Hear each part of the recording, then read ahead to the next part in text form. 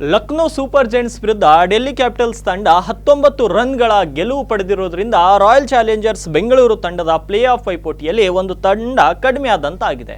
KL Rahul ಪಡೆ negative run rate ಹೊಂದಿರುವ ಕಾರಣ ಮುಂದಿನ ಪಂದ್ಯದಲ್ಲಿ ಸಾಧಾರಣ ಗೆಲುವು ಪಡೆದರೂ ಆರ್ಸಿಬಿಗೆ ಯಾವುದೇ ತೊಂದರೆ ಆಗುವುದಿಲ್ಲ. ಆದರೆ ಆರ್ಸಿಬಿ ತನ್ನ ಕೊನೆಯ ಪಂದ್ಯದಲ್ಲಿ ಚೆನ್ನೈ ಸೂಪರ್ ಕಿಂಗ್ಸ್ ವಿರುದ್ಧ ಗೆಲುವು ಅನಿವಾರ್ಯವಾಗಿದೆ ಪ್ಲೇ ಆಫ್ಗೆ ತಲುಪಬೇಕಾದರೆ.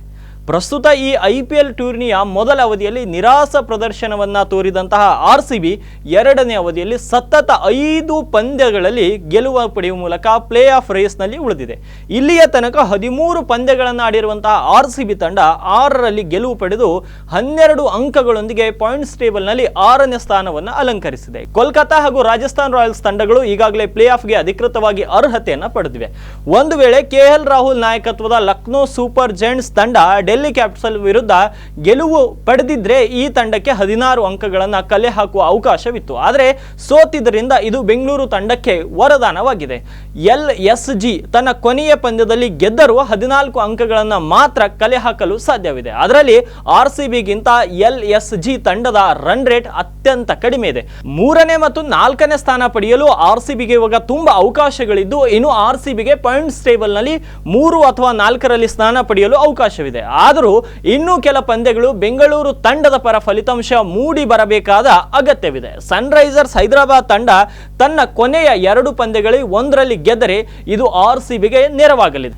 SRH ತನ್ನ ಕೊನೆಯ 2 ಪಂದ್ಯಗಳಲ್ಲಿ ಗುಜರಾತ್ ಟೈಟನ್ಸ್ ಹಾಗೂ ಪಂಜಾಬ್ ಕಿಂಗ್ಸ್ ವಿರುದ್ಧ ಸೆಣಸಲಿದೆ. ಹೈದರಾಬಾದ್ 1ರಲ್ಲಿ ಗೆದ್ದು ಮತ್ತೊಂದರಲ್ಲಿ ಸೋತ್ರೆ ಆಗ ಆರ್ಸಿಬಿಗೆ ತನ್ನ ಕೊನೆಯ ಪಂದ್ಯದಲ್ಲಿ ಚೆನ್ನೈ ಸೂಪರ್ ಕಿಂಗ್ಸ್ ವಿರುದ್ಧ ಮೊದಲು ಬ್ಯಾಟ್ ಮಾಡಿದರೆ 18 ರನ್ಗಳಿಂದ ಅಥವಾ ಚೇಸ್ ಮಾಡಿದರೆ ಇನ್ನು 11 ಎಸೆತಗಳು ಬಾಕಿ ಇರುವಾಗಲೇ ಗೆಲುವು ಪಡೆಯಬೇಕಾಗುತ್ತದೆ. ಇದು ನಡೆದರೆ CSK ನ ಹಿಂದಿಕ್ಕಿ ಆರ್ಸಿಬಿ ರನ್ ರೇಟ್ ಆಧಾರದ ಮೇಲೆ ಪ್ಲೇ ಆಫ್ಗೆ ಲಗೆ ಇಡಲಿದೆ. ಒಂದು ವೇಳೆ ಸನ್ ರೈಸರ್ಸ್ 2 ಪಂದ್ಯಗಳಲ್ಲಿ ಸೋತರೆ ಆರ್ಸಿಬಿ ಕತೆ ಏನಾಗುತ್ತೆ ಅಂತ ನೋಡೋದಾದ್ರೆ, ಒಂದು ವೇಳೆ ಸನ್ ರೈಸರ್ಸ್ ಹೈದರಾಬಾದ್ ತಂಡ ತನ್ನ ಕೊನೆಯ 2 ಪಂದ್ಯಗಳಲ್ಲಿ ಸೋತರೆ ಆಗ ಆರ್ಸಿಬಿ ಹಾಗೂ CSK ಎರಡೂ ತಂಡಗಳು ಪ್ಲೇ ಆಫ್ಗೆ ಅರ್ಹತೆ ಪಡೆಯುವ ಸಾಧ್ಯತೆ ಇರುತ್ತದೆ.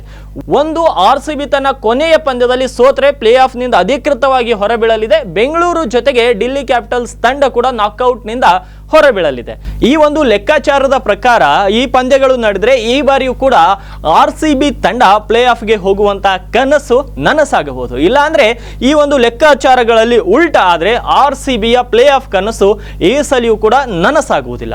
ಈ ಬಾರಿ ಬೆಂಗಳೂರು ತಂಡ ಪ್ಲೇ ಆಫ್ಗೆ ತಲುಪುತ್ತಾ? ನಿಮ್ಮ ಅಭಿಪ್ರಾಯವನ್ನ ಕಮೆಂಟ್ ಬಾಕ್ಸ್ ನಲ್ಲಿ ಕಮೆಂಟ್ ಮಾಡೋದನ್ನ ಮರಿಬೇಡಿ. ಈ ರೀತಿಯ ಲೇಟೆಸ್ಟ್ ಅಪ್ಡೇಟ್ಸ್ಗಳಿಗಾಗಿ ನಮ್ಮ ಚಾನಲ್ಗೆ ಸಬ್ಸ್ಕ್ರೈಬ್ ಮಾಡ್ಕೊಳ್ಳಿ.